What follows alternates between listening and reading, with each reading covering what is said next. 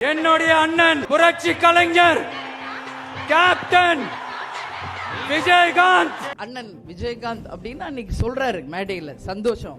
அவர் அண்ணன் சொல்லும்போது நாங்க அவரை தம்பின்னு சொல்றோம். இன்னைக்குதான் உங்களுக்கு எல்லாம் விஜய் இப்ப பெருசா தெரியுது.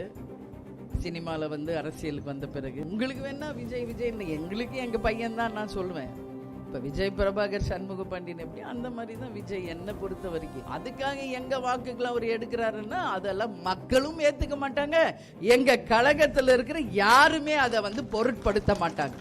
ஏன்னா கேப்டன் வந்து நடிகராக எவ்வளவு உழைத்து இன்னைக்கு கட்சி தலைவராகி மக்களுக்கு தன் வாழ்நாள் முழுவதும் அர்ப்பணித்து உதவிகளை வழங்கி மக்களுக்கு ஒரு பிரச்சனைனா வேட்டிய கட்டி இறங்குற முதல் தலைவர் கேப்டன் அவர்கள். தமிழ்நாட்டில் அனைத்து பிரச்சனைக்கும் முதல் ஆளாக நின்றவர் கேப்டன். அதனால கேப்டனை வந்து யாரோடையும் கம்பேர் பண்ணக்கூடாதுங்க. அது தவறான முன்னுதாரணம் ஆயிரும். கேப்டனுக்கு நிகர் கேப்டன் மட்டுமே.